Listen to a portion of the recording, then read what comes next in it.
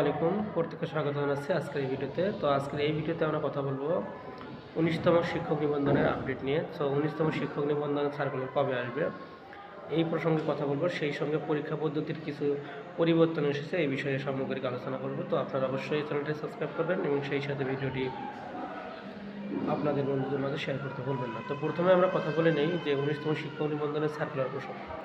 So আপনারা জানেন যে ১৮তম শিক্ষক নিবন্ধনের যে কার্যক্রম সেটা শেষ হয়েছে ৬ষ্ঠ গণবিজ্ঞপ্তি এবং ৭ম গণবিজ্ঞপ্তির মাধ্যমে।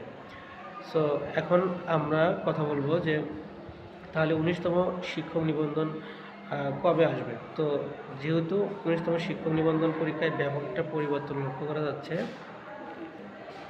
তো যেহেতু ব্যাপক একটা পরিবর্তন আসছে ১৯তম শিক্ষক নিবন্ধন থেকে, অর্থাৎ এখন যেহেতু ১৯তম নিবন্ধন আর থাকছে না, সরাসরি নিয়োগ দেওয়া হবে এই নিবন্ধন থেকে। অর্থাৎ ১৯তম থেকে এখন যেটা আসবে সেটা হচ্ছে নবম শিক্ষক নিয়োগ, এরকম একটা কথা শোনা যাচ্ছে।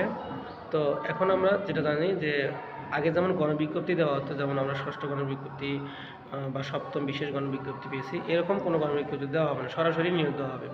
এবং পরীক্ষা পদ্ধতিতে ব্যাপক একটা পরিবর্তন লক্ষ্য করা যাচ্ছে যে পরীক্ষা পদ্ধতি এখন আগে ছিল প্রিলি, রিটেন এবং ভাইভা, এবার হবে প্রিলি এবং ভাইভা, অর্থাৎ রিটেন আর থাকছে না। সেক্ষেত্রে প্রিলিতে যারা স্কুলে রয়েছেন তাদের হচ্ছে ২০০ এবং যারা মাদ্রাসা রয়েছেন তাদের রয়েছে ১০০ মার্কের। সেক্ষেত্রে সাবজেক্টিভে তাদের ১৪০ এবং ৬০ রয়েছে জেনারেল পার্টে। এবং যারা স্কুলে থাকবে তাদের হচ্ছে জেনারেল পার্টে হচ্ছে ১০০ মার্ক এবং সাবজেক্টিভ হচ্ছে ১০০, হচ্ছে টোটাল ২০০ মার্ক। আর যারা মাদ্রাসা ব্যাকগ্রাউন্ডে রয়েছেন তাদের হচ্ছে সাবজেক্টিভ হচ্ছে ১৪০ এবং জেনারেল পার্ট হচ্ছে ৬০, যতটুকু জানা যাচ্ছে। সো এতটুকু আমরা জানি। তো আপনারা অবশ্যই এই বিষয়গুলোতে আরও ডিটেলসে জানতে পারবেন। সো ১৯তম শিক্ষক নিবন্ধনের সার্কুলারের যে ই রিকোজিশন এটা চলমান রয়েছে, অর্থাৎ আগামী ৯ তারিখ থেকে মূলত ই রিকোজিশন দিয়ে দিবে এবং ১৫ দিনের মতো সময় দেবে প্রতিষ্ঠান প্রধানকে, বা প্রতিষ্ঠানগুলোতে ১৫ দিনের মতো সময় দেওয়া হবে। এরপরে আর সময় বর্ধিত করা হবে না।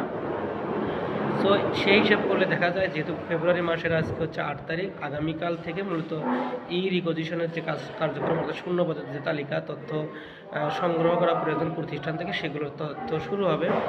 এবং আগামী ২০ তারিখের মধ্যে অথবা আগামী ফেব্রুয়ারি মাসের মধ্যে, অর্থাৎ চলমান যে ফেব্রুয়ারি মাস এর মধ্যেই ই রিকোজিশনের শূন্যপদের চাহিদা শেষ হবে। তাহলে ফেব্রুয়ারি মার্চ যেহেতু শেষ হবে, তাহলে মার্চের প্রথম সপ্তাহ অথবা মার্চের মাঝামাঝি সময়ের মধ্যে আমাদের ১৯তম শিক্ষক নিবন্ধনের সার্কুলারটা প্রকাশ হয়ে যাবে। সো এই হচ্ছে সর্বশেষ আপডেট। তো আপনারা যারা ১৯তম শিক্ষক নিবন্ধন পরীক্ষায় অংশগ্রহণ করবেন তাদের উদ্দেশ্যে এতটুকুই মেসেজ যে আপনারা এখন থেকে একটু ভালো করে কনক্রিট প্রিপারেশন নেন, যাতে করে প্রথম পরীক্ষায় আপনি ১৯তমতে উত্তীর্ণ হতে পারেন। এবং যেহেতু এবার পরীক্ষা পদ্ধতি এমসিকিউ, সুতরাং এমসিকিউতে ভালো করে জোর দেবেন। বিশেষ করে আপনার সাবজেক্টিভিতে জোর দেবেন, পাশাপাশি আপনারা জেনারেল পার্ট রয়েছে, এই জেনারেল পার্টেও জোর দেবেন। সো আপনাদের উদ্দেশ্যে আমাদের এতটুকুই কথাবার্তা যে আপনারা অবশ্যই এখন থেকে একটু প্রিপারেশন নেবেন। আর আমরা আপনাদের জন্য একটা কোর্স চালু করেছি, কলেজ পর্যায়ের পদার্থবিজ্ঞান, স্কুল পর্যায়ের পদার্থ এবং রসায়ন, ভৌত বিজ্ঞানের যেটা কোর্স এটা চালু করেছে। আপনারা চাইলে আমাদের কোর্সে অংশগ্রহণ করতে পারেন। আর সকলের জন্য উন্মুক্ত থাকবে আমাদের বাংলা, ইংরেজি, সাধারণ জ্ঞান এবং হচ্ছে ম্যাথের যে ক্লাসগুলো থাকবে এবং সায়েন্সের যে ক্লাসগুলো থাকবে।